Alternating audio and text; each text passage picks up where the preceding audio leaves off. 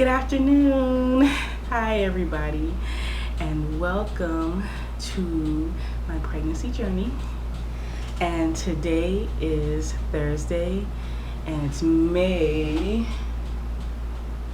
7th, and we're on cycle 6, cycle day 22, 7 DPO. And this week has kind of been a little bit rough. I think, I don't know, married life. If you're married, you understand what I mean. Especially if you have been single for a long time and kind of independent. Adjusting to another person in your space that's kind of bossy can sometimes get on your nerves a little bit. So we've been kind of like snapping at each other. I know we're supposed to be on our honeymoon period and all that jazz. I mean, we're cool, but it's just get on my nerves, y'all. But we're cool. We talked about, our little issues and stuff, and so, yesterday we did like a little sit down, and so we're cool now. But it's not easy. It's not easy. I mean, all that, up in each other's space 24/7, that don't happen to everybody. I love him, he loves me, but he gets on my nerves, and I know I get on his nerves. And so I don't know if AF is coming, because I forgot to tell you guys in my last video that last week I had like 3 breakouts. Now, if you see my previous videos, you know that a week before my period, I always get these really horrific pimples, either like on the side of my temple area. And last week I got a humongous one on the side. You can't see it because I got rid of it.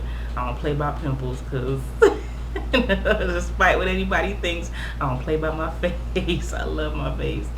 I love my skin, I love my face too, but I love my skin. And I don't, some people like to walk around with big old pimples on their face. I am not one of them. And so I got rid of them. I had a humongous one on the side, and I had one on my eyebrow, then I had one on my lip. I was just like, what the hell?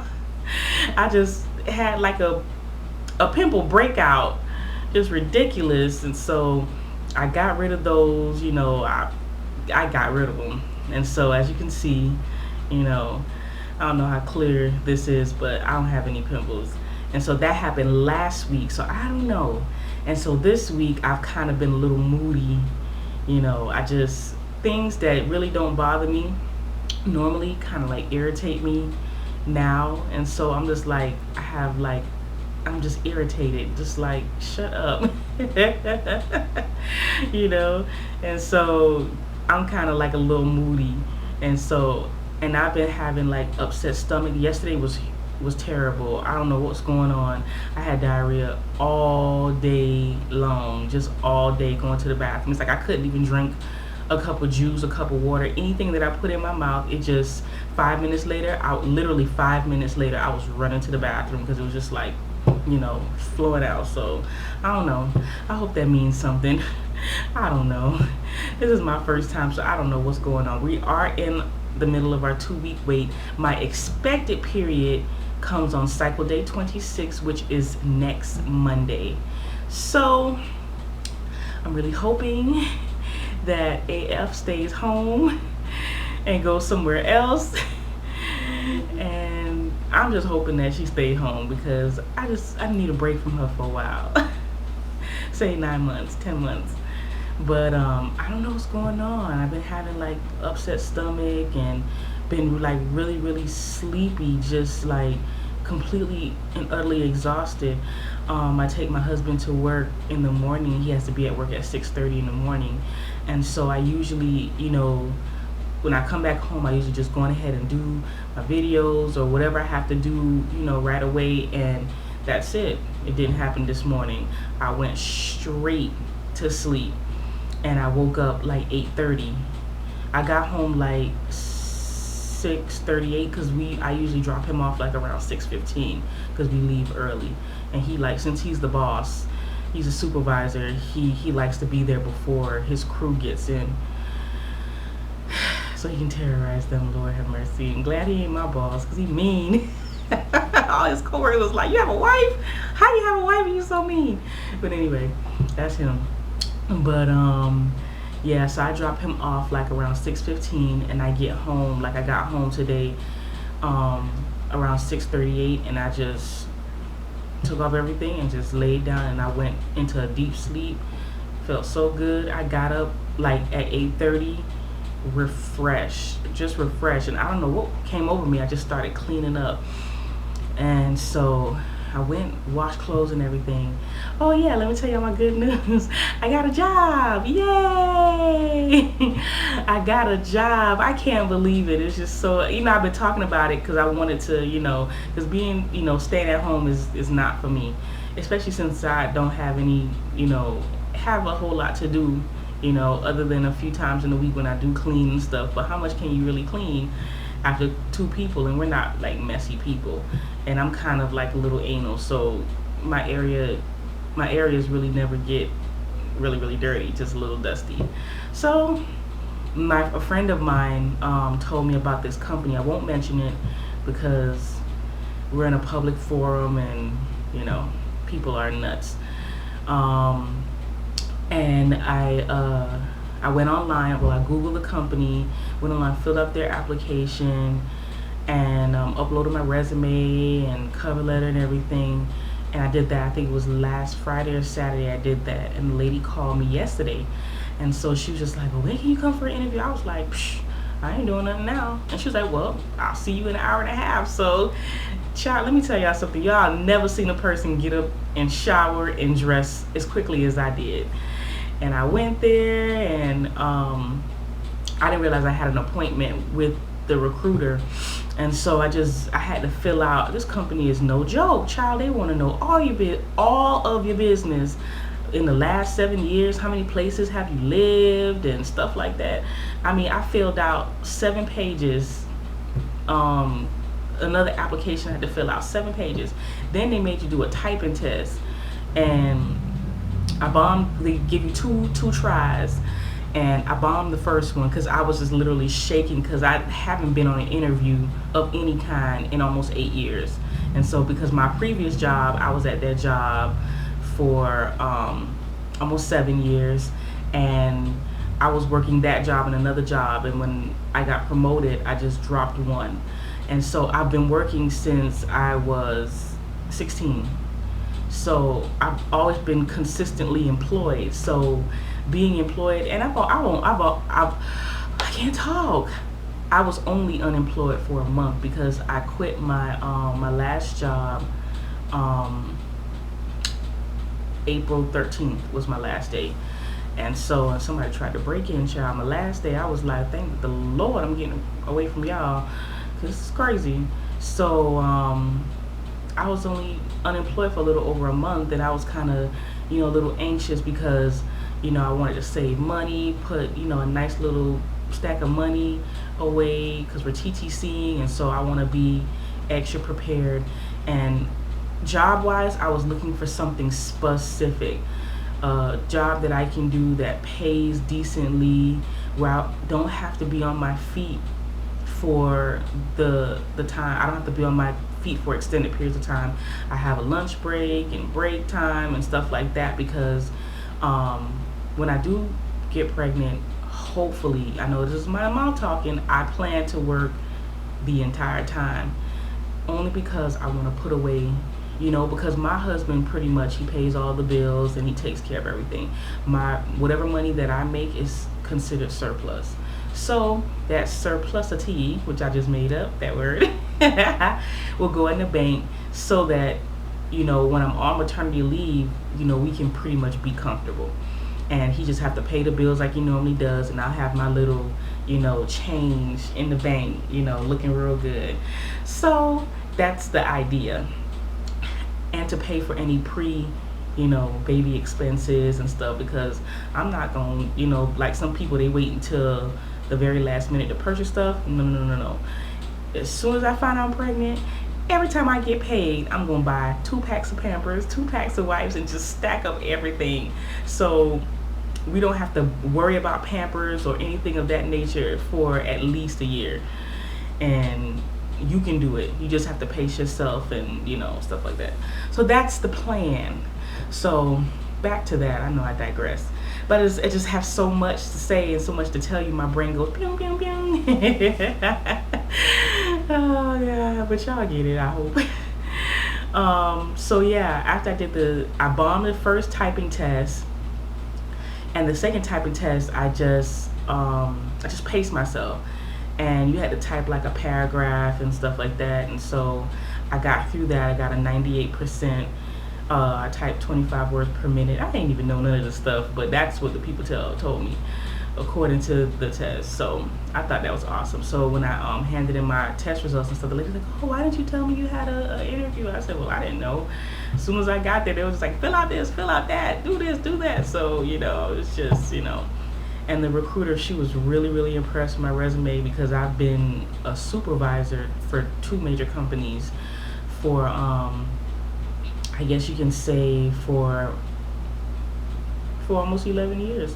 So I have 11 years of managerial experience. So, she was really, really excited to get me in, and it's a great company from what I see so far, and they don't take long to promote folk, which is good because every single job that I've ever had, well, 2 out of the 3 jobs that I've had, I've held managerial positions.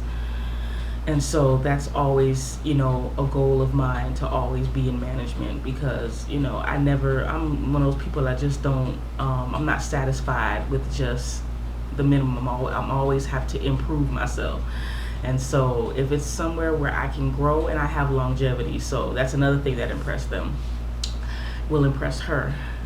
And so she pretty much hired me on the spot, and they gave me my the salary that I wanted, and they give raises every 90 days, which is awesome because someone told me that if you work for a company and they don't give you a raise, they don't appreciate you, so you have to look for something else.